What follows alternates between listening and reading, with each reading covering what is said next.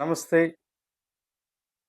ఈరోజు ఈ వీడియో ద్వారా మీ ముందు ఇవాళ ముఖ్యంగా భారతదేశంలో ఉన్నటువంటి ఆహ్, ఉన్న ఉన్నత విశ్వవిద్యాలయాల్లో అది ఐఐటీ, ఐఐఎమ్స్ తర్వాత ఈవెన్ సెంట్రల్ యూనివర్సిటీస్‌తో మొదలుకుంటే దాదాపు దేశవ్యాప్తంగా ఉన్నటువంటి విద్యా రంగం మీద పనిచేస్తున్నటువంటి మేధావులందరూ కూడా పరోక్షంగా, ప్రత్యక్షంగా డిబేట్ చేస్తున్నటువంటి ఒక మేజర్ సబ్జెక్ట్ ఏంటంటే ఎన్ఈపీ 2020 నేషనల్ ఎడ్యుకేషన్ పాలిసీ 2020. దీంట్లో 2020లో మొట్టమొదటిసారిగా అంటే వాస్తవానికి మొట్టమొదటిసారి కాదిది. భారతదేశానికి స్వాతంత్రం వచ్చిన తర్వాత దేశంలో విద్యా వ్యవస్థ ఎలా ఉండాలనేటువంటి ఒక ప్రాథమిక ప్రశ్న మేధావుల ముందు, రాజకీయవేత్తల ముందు ఉన్నప్పుడు, ఈ దేశంలో ఈ దేశానికి సంబంధించిన ఈ దేశందైన జ్ఞాన సిద్ధాంతాన్ని ఈ దేశ ప్రజలకు, రాబోయేటువంటి యువతకు అందించాలనేటువంటి ఒక గురుతర బాధ్యతను ముందు పెట్టుకున్నటువంటి మేధావులు, ఆనాడు విద్యావేత్తలు, అట్లాగే రాజకీయ నాయకులు చాలా సున్నితమైన అంశమైనప్పటికీ చాలా సూక్ష్మమైన పరిశోధన చేసిన మాట వాస్తవం. సర్వేపల్లి రాధాకృష్ణన్ లాంటి విద్యావేత్త, రాజకీయవేత్త నుంచి మొదలుకుంటే, కొఠారి కమిషన్ వరకు, ఆ తర్వాత అనేక రకరకాల ఇప్పుడు ఆహ్, శ్యామ్ పెట్రో గాని, తర్వాత ఇంకా రకరకాల మంది ఈ విద్యా వ్యవస్థ మీద విద్యావేత్తలు, సామాజికవేత్తలు, సోషాలజిస్టులు విద్యా వ్యవస్థ ఇండియాలో ఎలా ఉందనేటువంటి అనేక ప్రయోగాలు, పరిశోధనలు, కన్క్లూజన్స్ ఇచ్చినప్పటికీ 1950 నుంచి ఒక రకమైన విద్యా వ్యవస్థ కొనసాగింది. ముఖ్యంగా భారతదేశంలో బీజేపీ కేంద్రంలో అధికారంలోకొచ్చిన తర్వాత ఒక మౌలికమైన ప్రశ్న సమాజంలో ఉన్నటువంటి విద్యావేత్తల మీద ఒక చర్చ వచ్చింది. అదేంటంటే, భారతదేశానికి స్వాతంత్రం రావడానికంటే ముందు ప్రధానంగా బ్రిటిష్ వాళ్ళు ఈ భారత సమాజాన్ని ఆక్రమించి, బ్రిటిష్ వాళ్ళు ఈ రాజ్యాన్ని పరిపాలిస్తున్న కాలంలో 1835లో లార్డ్ మెకాలే ఎవరైతే ఉన్నారో, ఆయన రూపొందించినటువంటి విద్యా వ్యవస్థ మాత్రమే భారతదేశంలో ఇప్పటికీ అది కొనసాగుతుంది.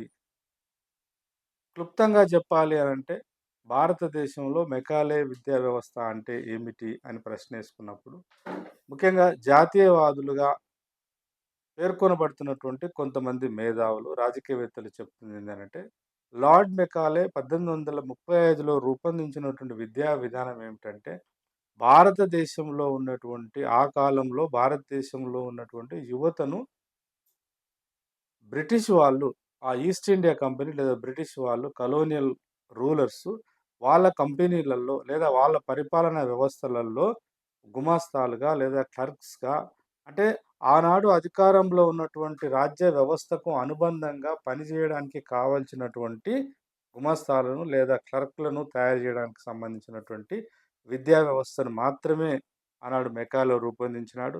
అందులో ప్రధానంగా ఈ దేశంలో విలసిల్లినటువంటి అనేక సువిశాలమైనటువంటి భారతదేశంలో వెలసిల్లినటువంటి అనేక భాషల్ని గూడా అది ఆ విద్యా వ్యవస్థలో పూర్తిగా వాటి ప్రాధాన్యత తగ్గించి ఇంగ్లీష్‌ను ముందుకు తీసుకురావడం జరిగిందని, అట్లాగే భారతదేశంలో కొన్ని వేల సంవత్సరాలుగా మనుగడలో కొనసాగుతున్నటువంటి జ్ఞాన పరంపర ఏదైతే ఉందో, జ్ఞాన సిద్ధాంతం ఏదైతే ఉంటే, అంటే భారతీయులుగా ఈ దేశంలో ఉన్నటువంటి భిన్నమైన సంస్కృతులు, భిన్నమైన వారసత్వం, భిన్నమైన జీవన విధానం, భిన్నమైన ఆహారపు అలవాట్లు, భిన్నమైన జ్ఞాన అన్వేషణలను పూర్తిగా ధ్వంసం జేసి బ్రిటిష్ ఇండియాలో కేవలము వాటికి సంబంధించిన ప్రాధాన్యత ఏం లేకుండా కేవలము ఇంగ్లీష్ ఎడ్యుకేషన్‌ని, ఇంగ్లాండ్ మైండ్ సెట్‌ని తీసుకురావడం జరిగిందనేటువంటి వాదన చాలా కాలంగా జరుగుతుంది. మరొకసారి బలంగా ఈ మధ్య కాలంలో కూడా వచ్చింది. అటు సర్వేపల్లి రాధాకృష్ణ నుంచి మొదలుకుంటే, కొఠారి కమిషన్ వరకు గూడా, కొఠారి కమిషన్ తర్వాత గూడా మొన్నటి వరకు కస్తూరి రంగన్ గారి ఆధ్వర్యంలో ఏర్పడినటువంటి ఈ ఎన్ఈపీ 2020 ఏదైతే ఉందో, ఈ మొత్తము ఈ టెక్స్ట్ బయటకొచ్చేంత వరదాకా గూడా ఈ వాదన జరుగుతుంది. అయితే ఇవాళ ఎన్ఈపీ 2020 అనేది అనేక రకాల కొత్త ఆలోచనలు గూడా ఆవిష్కరించిన మాట వాస్తవం. సమూలంగా అంటే ఈ అంగన్వాడీ స్థాయి నుంచి అంటే ప్రీ స్కూల్ ఎడ్యుకేషన్ నుంచి ప్రారంభమై అత్యున్నత స్థాయి అయినటువంటి పరిశోధన రంగాని వరకు కూడా అంటే పిల్లవాడు పుట్టిన తల్లి గర్భం నుంచి పుట్టి బయటపడ్డ తర్వాత 2 ఇయర్స్ లేదా 3 ఇయర్స్ నుంచి ప్రారంభమైతే, తర్వాత తను ఎదిగి దాదాపు పరిశోధనలు చేసి, రీసెర్చ్ చేసి, కొత్త విషయాలను కనుగొని సమాజానికి తన జ్ఞానాన్ని అందించే వరకు గూడా అది ఏ రంగమైనా కావచ్చు. అంటే విద్యారంగం అనేటువంటిది ఒక మౌలిక ఒక సెక్టార్‌గా కనబడుతున్నప్పటికీ, దాంట్లో మెడికల్ ఎడ్యుకేషన్ ఉండవచ్చు, ఇంజినీరింగ్ ఎడ్యుకేషన్ ఉండవచ్చు, అగ్రికల్చర్ ఎడ్యుకేషన్ ఉండవచ్చు, సామాజిక శాస్త్రాలకు సంబంధించిన ఎడ్యుకేషన్ ఉంటది, ఈస్థెటిక్ సైన్స్ ఉంటది. తర్వాత సాహిత్యానికి సంబంధించినటువంటి ఎడ్యుకేషన్ ఉంటది. మనిషిని ప్రత్యక్షంగా, పరోక్షంగా ప్రభావితం చేస్తున్న అన్ని రకాల జ్ఞాన పరంపరలకు సంబంధించిన అన్వేషణ, పరిశోధన, పరిశీలనకు సంబంధించినదే ఎడ్యుకేషన్. ఈ మొత్తం వ్యవస్థలో భారతదేశానికి సంబంధించినటువంటి ఒరిజినల్ జ్ఞాన సిద్ధాంతాన్ని, ఒరిజినల్ జ్ఞానాన్ని విద్యా వ్యవస్థలోకి తీసుకురావడమే ఎన్‌ఈపీ 2020 యొక్క ప్రధాన ధ్యేయం అని చెప్పేసి, ఆ ఎన్‌ఈపీ 2020ని డ్రాఫ్ట్ చేసినటువంటి పెద్దలు, విద్యావేత్తలు చెప్పిన మాట. అందులో చాలా రకాల అంశాలున్నాయి. నేను ఆ విషయాల్లోకెళ్ళకుండా ఈ ఎన్‌ఈపీ 2020 అనేటువంటి టెక్స్ట్‌లో భాగంగా ఈ మధ్య కాలంలో ఐఐటీస్‌లల్లా, తర్వాత ఐఐఎమ్స్‌లల్లా, హైదరాబాద్ సెంట్రల్ యూనివర్సిటీ లాంటి సెంట్రల్ యూనివర్సిటీస్‌లల్లా ప్రధానంగా ఎక్కువ స్థాయిలో, అట్లాగే ఈ భారతీయ జ్ఞాన సిద్ధాంతాన్ని మొత్తం సభ్య సమాజానికి ముఖ్యంగా విద్యా వ్యవస్థలోకి తీసుకురావాలని పనిచేస్తున్నటువంటి వ్యవస్థలు, సంస్థలు, ఆర్గనైజేషన్స్ గూడా ఆహ్, ఇండియన్ నాలెడ్జ్ సిస్టమ్ అనేటువంటి దాన్ని చాలా విస్తృతంగా దాని మీద చర్చ చేయడం జరిగింది. ఇండియన్ నాలెడ్జ్ సిస్టమ్ అనేది గూడా ఇవాళ ఎన్‌ఈపీ 2020 గ్రంథంలో పొందుపరచబడ్డ అనేక మౌలికమైన అంశాలలో అదొకటి. అయితే ఇండియన్ నాలెడ్జ్ సిస్టమ్ అని చెప్పేసి మాట్లాడుతున్నటువంటి పెద్దలు ఏం మాట్లాడుతున్నారు? ప్రధానంగా, మౌలికంగా వాళ్ళు చర్చిస్తున్నటువంటి అంశాలేమిటి? నిజంగా వాళ్ళు చర్చిస్తున్నటువంటి అంశాలు మాత్రమే ఇండియన్ నాలెడ్జ్ సిస్టమ్‌లోకి వస్తాయా? లేదా ఇండియన్ నాలెడ్జ్ సిస్టమ్ అనేటువంటి ఈ యొక్క భావాన్ని దాని పరిధిని విస్తృతపరచవలసిన అవసరం ఉందా? అనేటువంటి దాని మీదనే ఈ వీడియో ద్వారా నేను ఎక్కువ ఫోకస్ చేయాలనుకుంటున్నాను. ఇవాళ ఐఐటీస్, ఐఐఎమ్స్ అటు మద్రాస్ ఐఐటీస్ కావచ్చు, దేశంలో ఉన్నటువంటి అన్ని ఐఐటీస్‌లకు సంబంధించినటువంటి పెద్ద పెద్ద ప్రొఫెసర్స్, దాని డైరెక్టర్స్ వాళ్ళు ప్రధానంగా మ్యాథమెటిషియన్స్, సైంటిస్టులు, ఇంజినీర్సు రకరకాల నిష్ణాతులు వాళ్ళు.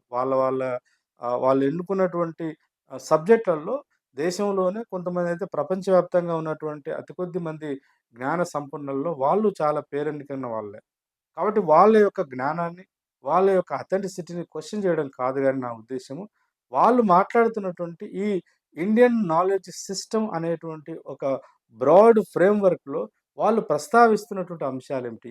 ఏ ఏ అంశాలు ఇండియన్ నాలెడ్జ్ సిస్టమ్‌లో అంటే ఏన్షియంట్ టైమ్‌లో గావచ్చు, మిడివల్ టైమ్‌లో గావచ్చు, బ్రిటిష్ వాళ్ళు రావడానికంటే ముందు, బ్రిటిష్ వాళ్ళు భారతదేశంలో పాలకులుగా స్థిరపడడానికంటే ముందు, ఒక్క మాటలో చెప్పాలంటే 1835లో మెకాలే విద్యా వ్యవస్థ రావడం కంటే ముందు ఈ దేశంలో వెలసిల్లినటువంటి జ్ఞానం పరంపరకు సంబంధించిన ఆనవాళ్ళన్నిటిని గూడా ఇవాళ మళ్ళీ ఒకసారి పునర పునర్నిర్వచించవలసిన అవసరం ఉంది. లేదా పునరేకీకరణ చేయవలసిన అవసరం ఉంది.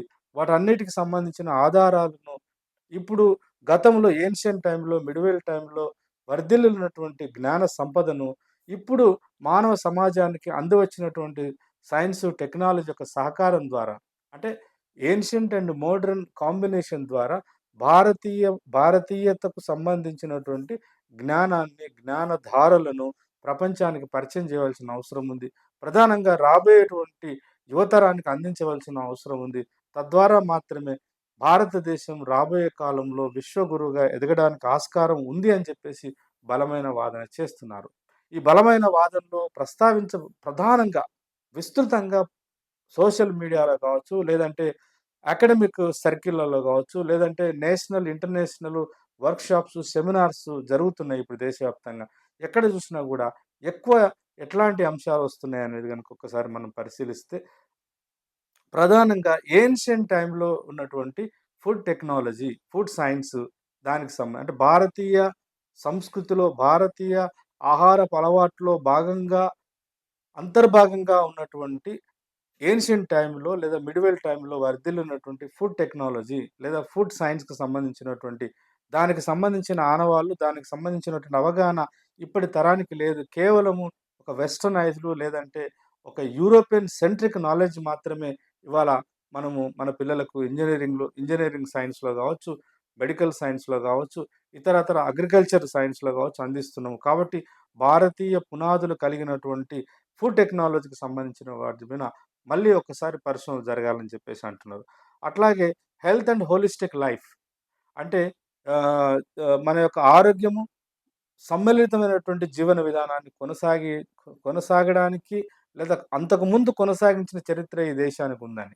దానిలో ప్రధానంగా ప్రస్తావిస్తున్నటువంటి అంశం ఏందంటే, కొన్ని వేల సంవత్సరాలుగా ప్రపంచంలో ఎక్కడ ఏ ప్రాచీన నాగరికతలో కూడా లేనటువంటి ఒక అవకాశము, ఈ మనకు యోగా అనేటువంటి ద్వారా వచ్చింది.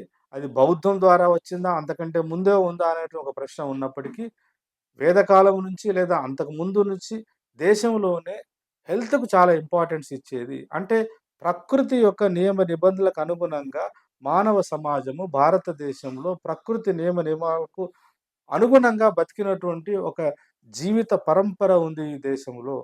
కానీ రాను రాను ఇండస్ట్రియలైజేషన్ రావడం, అట్లాగే విదేశీయులు ముఖ్యంగా బ్రిటిష్ వాళ్ళొచ్చిన తర్వాత ఈ స్వచ్ఛమైన, ఒక నాణ్యమైన, ప్రకృతికి అనుసంధానంగా ఉన్నటువంటి జీవితము, ఆరోగ్యం అంతా గూడా ఒక రకంగా పూర్తిగా అది ఆల్‌మోస్ట్ కనుమరుగైపోయి కేవలము ఈ మోడర్న్ టెక్నాలజీ లేదంటే ఈ మోడర్న్ కాలంలో వచ్చినటువంటి అంటే ఇండస్ట్రియలైజేషన్ పారిశ్రామిక రంగంలో భాగంగా వచ్చినటువంటి ఈ బయటి దేశాలకు సంబంధించినటువంటి ప్రత్యేకమైనటువంటి వంగడాలు రావడం, విత్తనాలు రావడం, ఉత్పత్తి పెరిగింది తప్ప సారం లేదు.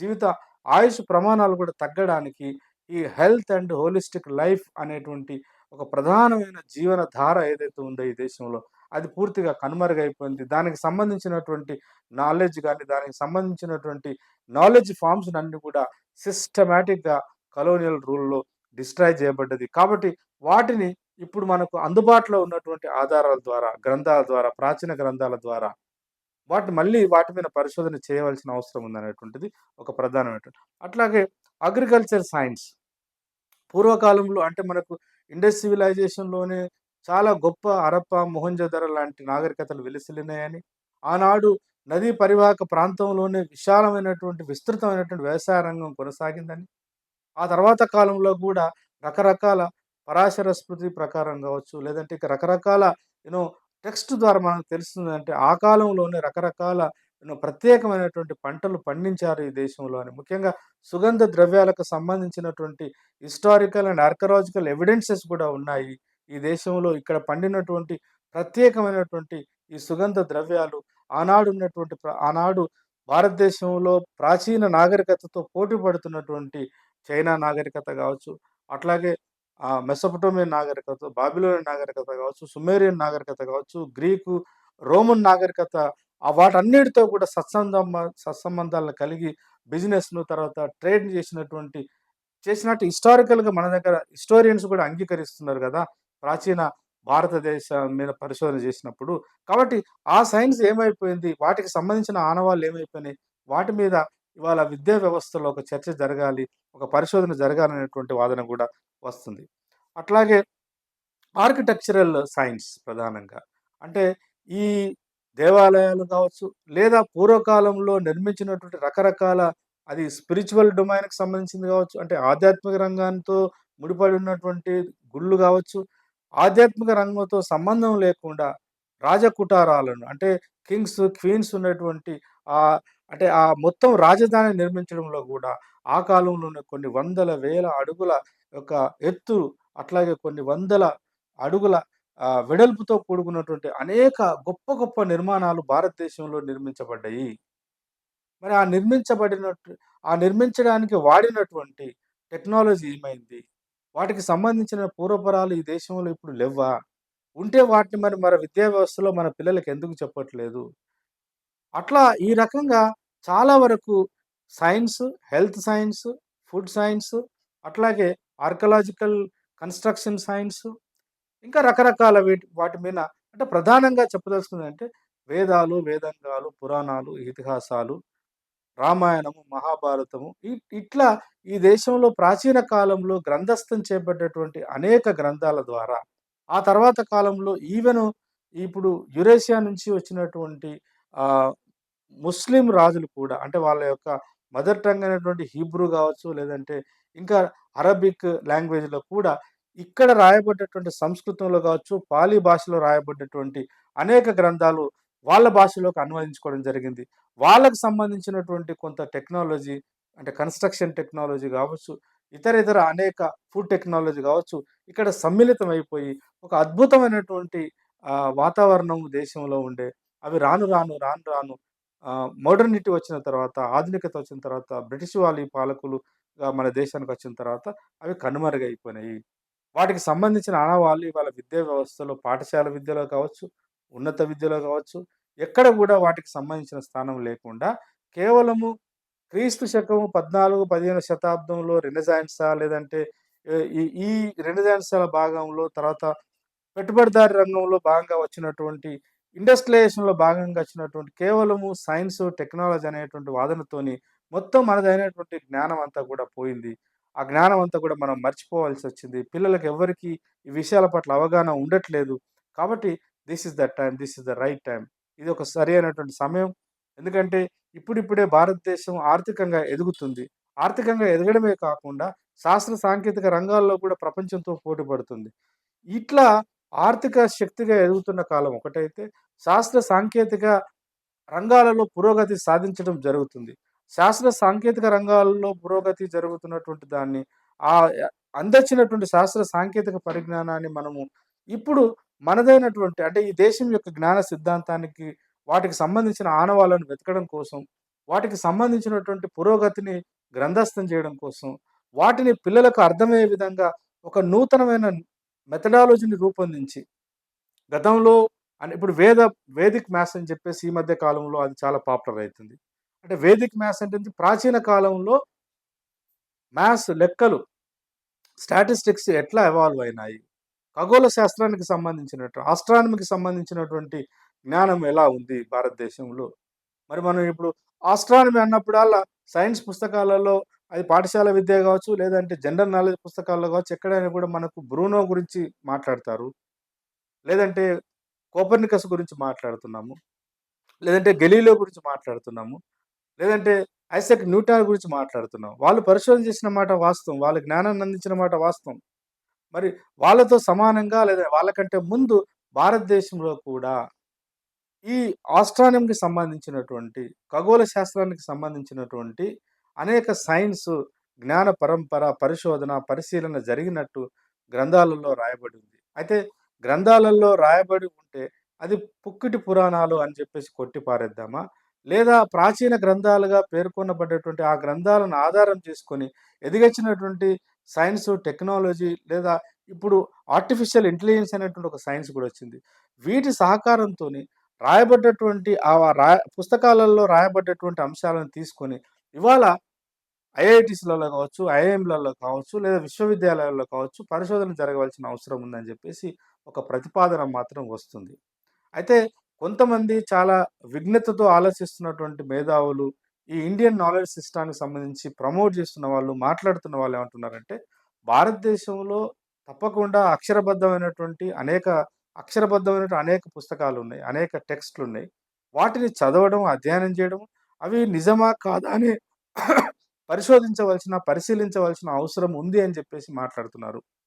అట్లా గాకుండా కేవలము గతంలో చాలా గొప్పగా ఉండే, గతం చాలా ఘనమైనదని చెప్పేసి సెలబ్రేట్ జేసుకొని, కేవలం ఎట్లాంటి పరిశోధన జేయకుండా, ఎట్లాంటి పరిశీలన జేయకుండా, శాస్త్రీయ పద్ధతితో కూడుకున్నటువంటి ఒక ఎవిడెన్స్ బేస్డ్ నాలెడ్జ్‌ని మనం ఇప్పుడు ప్రొడ్యూస్ జేయకుండా, వాటిని నిరూపించకుండా, గనక కేవలము గతంలో చాలా గొప్పగా ఉండే మా మతం గొప్పది, మా సంస్కృతి గొప్పది, మా జ్ఞాన సిద్ధాంతం గొప్పదని జెప్పేసి మనము మాట్లాడడం వల్ల భారతదేశం యొక్క ఈ మొత్తం ఇంత సీరియస్ సబ్జెక్టు ఒక లాఫింగ్ స్టాక్‌గా మారిపోయేటువంటి ప్రమాదం గూడా ఉంది కాబట్టి, వాటి యొక్క ప్రాధాన్యతను గుర్తిస్తూనే, వాటి యొక్క అవసరాన్ని గుర్తిస్తూనే, ప్రాచీన జ్ఞానం యొక్క అవసరాన్ని ఇండియన్ నాలెడ్జ్ సిస్టాన్ని గుర్తిస్తూనే, వాటి గౌరవాన్ని తీసుకొస్తూనే, వాటి మీద సూక్ష్మమైనటువంటి, నిర్దిష్టమైనటువంటి పరిశోధన, పరిశీలన జరగాలనేటువంటి ఒక వాదనొస్తుంది.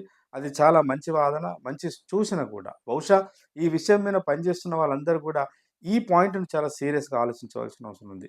The third point which I want to discuss in this aspect that fine ఇప్పుడు, ఇప్పుడు ప్రస్తావించిన పడ్డటువంటి మరి ఫుడ్ సైన్స్ అంటున్నారు గదా! అంటే ఇండియా అంటే ఏందనే ప్రశ్న మౌలికమైన ప్రశ్న ఏసుకోవాల్సొస్తది. భారతదేశం అనంటే భారతదేశంలో నివసిస్తున్నటువంటి ఏ ప్రజారాశులను ఇండియా అని మనం గుర్తిస్తున్నాము. అంటే ఈ దేశంలో మమేకమై ఉన్నటువంటి అన్ని సామాజిక వర్గాలను మనం ఇండియాగా భావిస్తున్నామా? ఒకవేళ నిజంగా అన్ని సామాజిక వర్గాలను గనుక మనం భావిస్తే, ఈ ఇండియన్ నాలెడ్జ్ సిస్టమ్ అనేటువంటి ఈ పరంపరలో ఇంకా ఏమి రావాల్సిన అవసరం ఉంది? ఇంకా ఏ సామాజిక వర్గాలకు సంబంధించినటువంటి జ్ఞానము, వాళ్ళ పరిశోధన, వాళ్ళ సంఘర్షణ ఇవాళ ఈ ఇండియన్ నాలెడ్జ్ సిస్టమ్‌లోకి భాగం కావాల్సిన అవసరం ఉంది. ఒక మాటలో చెప్పాలంటే ఇప్పటి వరకు జరుగుతున్నటువంటి మొత్తం చర్చ అంతా గూడా ఒక రకంగా ఈ దేశంలో ఉండేటువంటి అగ్రకులాలుగా లేదా అగ్రవర్ణాలుగా చెప్పబడుతున్నటువంటి కులాలకు సంబంధించినటువంటి సంస్కృతి, జీవన విధానము, వాళ్ళ ఆహారపు అలవాట్లు, వాళ్ళ వాళ్ళ పరిధిలో అభివృద్ధి చెందినటువంటి జ్ఞానానికి సంబంధించినటువంటి వివరణ మాత్రమే జరుగుతుంది తప్ప, అశేష ప్రజానీకమైనటువంటి ఉత్పత్తికారులుగా ఉన్నటువంటి నిరంతరము ప్రకృతితో సంఘర్షణకు గురై ప్రకృతి నిరంతరం ఒక పరిశోధన అంశంగా మలిచినటువంటి ఈ ఉత్పత్తి కులాలకు సంబంధించిన, ఉత్పత్తి వర్గాలకు సంబంధించినటువంటి వాళ్ళ అనుభవాలు, వాళ్ళ యొక్క జ్ఞాన సిద్ధాంతాన్ని కూడా ఇండియన్ నాలెడ్జ్ సిస్టమ్‌లోకి తీసుకొస్తున్నామా లేదనేది గూడా ఇవాళ ఈ విషయం మీద పరిశోధన చేస్తున్న వాళ్ళు, లేదా ఈ విషయాన్ని ప్రమోట్ చేస్తున్నటువంటి ప్రభుత్వాలు మరియు మేధావర్గం గూడా ఉదాహరణకు ఫుడ్ టెక్నాలజీ అని చెప్పేసి ఫుడ్ సైన్స్ అని మాట్లాడుతున్నాం.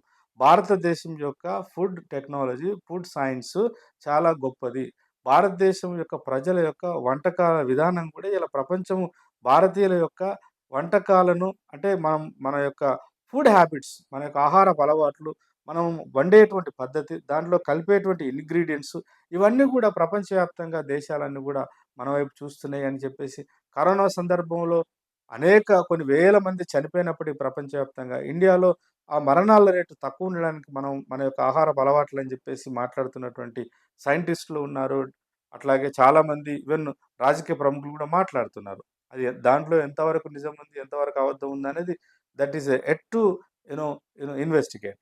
బట్ సెట్ అసైడ్ ఇవాళ ఫుడ్ సైన్స్ అని అన్నప్పుడు మరి ఆ ఫుడ్ సైన్స్‌లో భారతదేశంలో ఇవాళ మనం చాలా కంఫర్ట్‌గా అందరం గూడా పెద్దగా ఆలోచించకుండా అన్ని రకాల ఆహార పదార్థాలను, అన్ని రకాల ఇంగ్రీడియెంట్స్, అన్ని రకాల పల్సెస్‌ని, అన్ని రకాల మీట్స్‌ని ఏవైతే తినడానికి అనువైనవో వాటన్నిటిని తినేస్తున్నాం. వాటన్నిటిని ఆహారంలో భాగంగా మనం భాగం చేసుకుంటున్నాం. దానిలో ప్రోటీన్స్ ఉన్నాయి, తర్వాత విటమిన్స్ ఉన్నాయి, తర్వాత కార్బోహైడ్రేట్స్ ఉన్నాయి.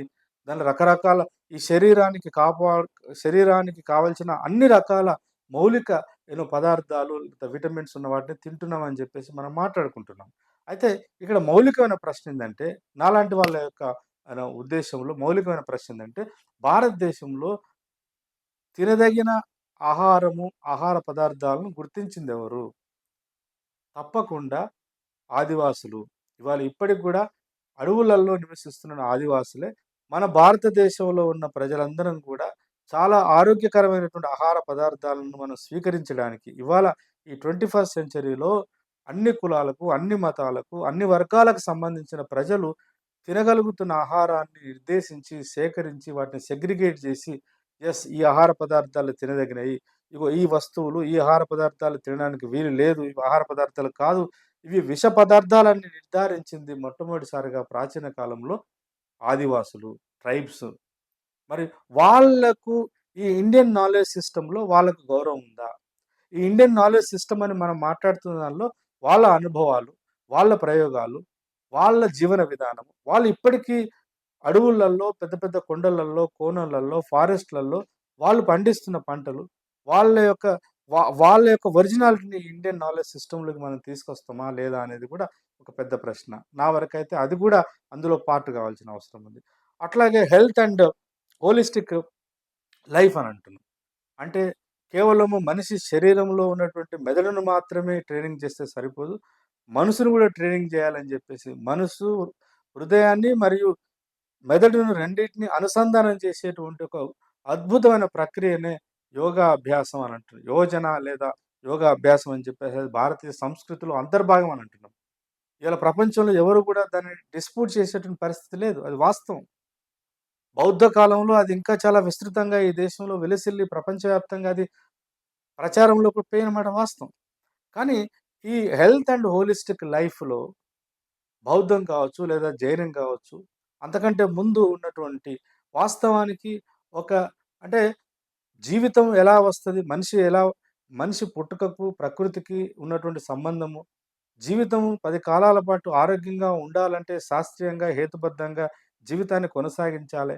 ప్రకృతి యొక్క నియమ నిబంధనలకు అనుగుణంగా జీవితాన్ని మనం కొనసాగించాలని చెప్పినటువంటి ప్రాచీన హేతువాదులు, చార్వాకులు, లోకాయతులు, సంఖ్యాకుల యొక్క వాళ్ళ సిద్ధాంతాన్ని గూడా ఇండియన్ నాలెడ్జ్ సిస్టమ్‌లోకి తీసుకొని మనం మాట్లాడుతున్నామా లేదా అనేటువంటిది. ఉదాహరణకు మెట్రాలజీ అంటే ఎప్పుడో ప్రాచీన కాలంలోనే ఇప్పుడు ఈ ఆర్యులు రావడానికంటే ముందు లేదా ఆర్యులు ఈ దేశానికొచ్చిన తర్వాత అంటే క్రీస్తు పూర్వము 4వ శతాబ్దం, 5వ శతాబ్ద కాలంలోనే భారతదేశంలో ఐరన్ ఓర్ అంటే ఇనుప ఖనిజం కనుగొనబడ్డది. ఇనుమును ఒక ద్రవంగా మార్చినటువంటి సైన్స్, టెక్నాలజీ దేశంలో అట్లాంటి ఒక పెద్ద పెద్ద వ్యవస్థలు ఉన్నాయని చెప్పేసి దాని యొక్క అవశేషమే ఇవాళ గ్రామంలో ఉన్నటువంటి ఒక ఆహ్, ఆహ్, ఓహ్! బ్లాక్ స్మిత్ కమ్మరి, కమ్మరి వాళ్ళ కొలిమి అని చెప్పేసి మనం మాట్లాడుకుంటున్నాం. అట్లా మాట్లాడుకున్నప్పుడు ఈ మొత్తం అనుభవాలన్నీ కూడా రావాలి. ఇప్పుడు కమ్మరి కొలిమిని, వడ్రంగి యొక్క యూనో జ్ఞానాన్ని, కంసాలి యొక్క సూక్ష్మాతి సూక్ష్మమైన ఆభరణాలు తయారు చేస్తున్నటువంటి మన గోల్డ్ స్మిత్ యొక్క జ్ఞానాన్ని గూడా ఇండియన్ నాలెడ్జ్ సిస్టమ్‌లో మనం తీసుకొస్తున్నామా లేదా? అనేటువంటిది గూడా ఒక పెద్ద ప్రశ్నగా మిగిలింది. అట్లాగే ఆర్కిటెక్చర్‌కి సంబంధించి మనం చాలా పరిశోధన చేయాలని అంటున్నారు. ఆహ్వానించదగ్గ పరిణామం. అయితే ఈ ఆర్కిటెక్చర్ నిర్మాణం చేసిందెవరు? అది గుడి గావచ్చు, అది బడి గావచ్చు, అది మసీదు గావచ్చు, అది చర్చ్ గావచ్చు, లేదా రాజులు, రాణులు, ఉన్నత సామాజిక వర్గాలు నివసించడానికి నిర్మించినటువంటి పెద్ద పెద్ద భవనాలు గావచ్చు, అంతఃపురాలు గావచ్చు, వీటన్నిటిని కట్టినటువంటి వాళ్ళెవరు? ఈ దేశంలో కూలీలు, ఈ దేశంలో కార్మికులు, కర్షకులు. మరి ఆ ప్రజల యొక్క జ్ఞానమే కదా అది. వాటిని గౌరవించేటువంటి సంస్కృతి ఈ దేశంలో ఉందా? ఇండియన్ నాలెడ్జ్ సిస్టమ్ అంటే ఒక జంతువు నుంచి చర్మాన్ని ఒలిచి, చర్మాన్ని ప్రాసెస్ చేసి, చాలా సైంటిఫిక్‌గా అనేక రకాలైనటువంటి లేపనాలు, తర్వాత రకరకాల అడవి నుంచి తీసుకొచ్చినటువంటి అనేక చెట్ల ప్రసరణలు, తర్వాత అనేక రకాల ప్రాసెస్ చేసి, ఒక చెప్పును తయారు చేసిన, ఒక షూని తయారు చేసినటువంటి ఈ దేశంలో ఉన్నటువంటి ఒక చమార్‌ను, ఒక మాదిగను ఇవాళ ఇండియన్ నాలెడ్జ్ సిస్టమ్‌లో మనం భాగం చేసుకుంటున్నాం అనేది కూడా ప్రధానమైనటువంటి అంశం. ఈ దేశంలో ఉన్నటువంటి అశేష ప్రజానీకానికి కారడవులను నరికి, చిట్టడవులను నరికి, మొత్తం నేలనంతా చదును చేసి, నల్లటి మట్టి నుంచి తెల్లని బువ్వ తీసి ప్రపంచానికి అన్నం అందించినటువంటి రైతును, రైతు కూలీలను ప్రధానంగా ఈ ఎస్సీ, ఎస్టీ, ఓబీసీలకు సంబంధించిన జ్ఞానాన్ని మనం ఇండియన్ నాలెడ్జ్ సిస్టమ్‌లోకి తీసుకొస్తున్నామా లేదా అనేది కూడా ఉదాహరణకు నాగరికత అంటేనే బట్టలేసుకోవడం. మరి ఈ ప్రపంచానికి ఈ భారతదేశంలో ఉన్న అశేష ప్రజానీకానికి, అన్ని కులాలకు, అన్ని మతాలకు గొప్ప గొప్ప వాళ్ళకి గూడా గొప్ప గొప్ప బట్టలను నేసిచ్చినటువంటి నేతన్నా లేదా మాల నేత కానిని ఇవాళ ఇండియన్ నాలెడ్జ్ సిస్టమ్‌లోకి మనం తీసుకుంటున్నామా లేదా అనేటువంటి ప్రశ్న గూడా వేసుకోవాల్సిన అవసరం ఉంది. మొత్తంగా అట్లాగే ఒక అద్భుతమైన సైంటిస్టు గౌడన్న. మనం టాడీ టాపర్స్ అంటాం ఇంగ్లీష్‌లో. వీళ్ళు కొన్ని అంత పెద్ద చెట్టుకు ఎక్కి అది తాటి చెట్టు గావచ్చు, ఈత చెట్టు గావచ్చు, అంత పెద్ద చెట్టు స్వతహాగా వితౌట్ మిషన్ సహకారంతోనెక్కి ఒక చాలా శాస్త్రీయబద్ధంగా క్రాఫ్ట్ చేసి, ఆ యొక్క చెట్టు యొక్క గొలను కోస్తారు. కోసి దాని నుంచి సన్నని ధార ద్వారా అది నీరా లేదంటే తర్వాత ప్యాడీగా మారి ఇవాళ బయటకొస్తుంది. అట్లాగే ప్రతి ఒక్క మన భారతదేశంలో ఉన్నటువంటి బీసీ, ఎస్సీ, ఎస్టీలను తీసుకుంటే వీళ్ళందరూ గూడా గొప్ప గొప్ప సైన్స్‌ని కనిపెట్టిన వాళ్ళే. గొప్ప గొప్ప టెక్నాలజీతోని ఉత్పత్తి చేసిన వాళ్ళే. అయితే దురదృష్టం ఏందంటే మన భారతదేశంలో కొంతమందికి ఇష్టం ఉండకపోవచ్చు గాని నేననే మాట. దురదృష్టం ఏందంటే ఈ దేశంలో డిగ్నిటీ ఆఫ్ లేబర్ అనేది లేదు. శ్రమను గౌరవించేటువంటి మానసిక స్థితి ఈ దేశంలో మన యొక్క జీవిత పరంపరలో ఈ దేశం యొక్క సంస్కృతిలో అదెక్కడో మిస్ అయింది. కేవలము ఉన్నత సామాజిక వర్గాలుగా చెప్పబడుతున్నటువంటి బ్రాహ్మణ, క్షత్రియ, వైశ్య ఈ సామాజిక వర్గాలకు సంబంధించిన జీవితమే భారతీయ జీవితము. వాళ్ళకు సంబంధించినటువంటి సాహిత్యమే భారతీయ సంస్కృతి, భారత సాహిత్యం. వాళ్ళు పాడేటువంటి పాటనే భారతీయ పాట, భారతీయ సంగీతము. వాళ్ళు వాడినటువంటి వాయిద్యాలు మాత్రమే భారతీయత యొక్క భారతదేశానికి సంబంధించినటువంటి సంగీత సంగీతానికి సంబంధించినటువంటి అవి ఆ పరికరాలని జెప్పేసి. కేవలం ఆ సామాజిక వర్గాలకు సంబంధించిన వాటినే మనం భారతీయతలో భాగంగా బెట్టుకుందామా? మారినటువంటి పరిస్థితులన్నిటిని గూడా ఒక ఇంక్లూజివ్‌గా తీసుకొని మాట్లాడుతున్నామా అనేది కూడా మనం ఆలోచించవలసిందే. అందుకనే ఈ సందర్భంగా బహుశా ఒంటి సిద్ధాంతపరమైనటువంటి విభేదాలు, భిన్నమైనటువంటి ఆలోచనలు ఉన్నప్పటికీ 2007లో ఒక అద్భుతమైన పుస్తకాన్ని ప్రొఫెసర్ కంచయ్యలయ్య గారు రాయడం జరిగింది. 'Turning the pot tilling the land' అని. 'Dignity of labour in our days' అని చెప్పేసి. ఆ పుస్తకంలో ప్రధానంగా అట్లాగే 'పోస్ట్ హిందూ ఇండియా' అనేటువంటి పుస్తకంలో కూడా చాలా అద్భుతంగా ఈ దేశంలో ఉన్నటువంటి ఎస్సీ, ఎస్టీ, బీసీ ఉత్పత్తి కులాలు సృష్టిస్తున్నటువంటి జ్ఞాన సంపద, సృష్టిస్తున్నటువంటి సంపద ఈ దేశంలో కాస్తో కూస్తో ప్రజలందరూ ఆకలి చావులకు గురి గాకుండా అన్నాన్ని అందిస్తున్నటువంటి అశేష ప్రజారాశుల యొక్క జ్ఞానాన్ని మనం గౌరవించాలి.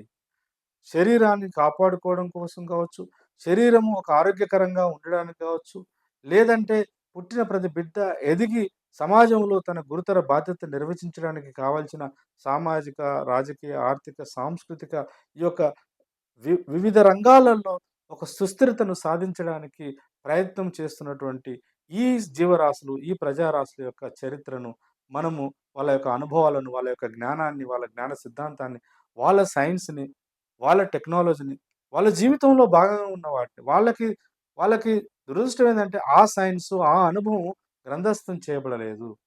ఇవాళ ఇండియన్ నాలెడ్జ్ సిస్టమ్ అని మాట్లాడుతున్నటువంటి మనమందరం కూడా మేధావులంతా గూడా ఐఐటీ, ఐఐఎంల వాళ్ళు ఎక్కడెక్కడో పోయి పరిశోధన చేయకుండా లక్షలాది కోట్ల రూపాయలు పరిశోధనల పేరు మీద వేస్ట్ చేయకుండా గ్రామాలల్లో, తండాలల్లో, ఆదివాసి గూడాలల్లో, గ్రామాలలో ఉన్నటువంటి ఇవాళ సైన్సు, టెక్నాలజీ పేరు మీద, ఇండస్ట్రియలైజేషన్ పేరు మీద, గ్లోబలైజేషన్ పేరు మీద ధ్వంసం అయిపోయినటువంటి ఈ ప్రజారాశుల యొక్క జ్ఞానాన్ని ఇవాళ గ్రంథస్థం చేయవలసినది. అన్ని విశ్వవిద్యాలయాలు రాష్ట్ర స్థాయిలో గావచ్చు, కేంద్ర స్థాయి గావచ్చు, ఐఐటీ, ఐఐఎం లాంటి ఈ పెద్ద పెద్ద సంస్థలు గూడా go back to the village అనేటువంటి ప్రోగ్రాము. గ్రామాలకు ఎప్పుడో వెనకట గో బ్యాక్ టు వేదాస్ అని చెప్పేసి స్వామి దయానంద సరస్వతి అన్నాడు. ఇవాళ ఇండియన్ నాలెడ్జ్ సిస్టాన్ని సంపూర్ణంగా, సమగ్రంగా మనం అర్థం చేసుకోవడానికి, ముందు తరాలకు అందించడానికి, ఆ ఇండియన్ నాలెడ్జ్ సిస్టాన్ని ఫస్ట్ ఒక ఇంక్లూజివ్ ఇండియన్ నాలెడ్జ్ సిస్టమ్‌గా గుర్తించడం అవసరము.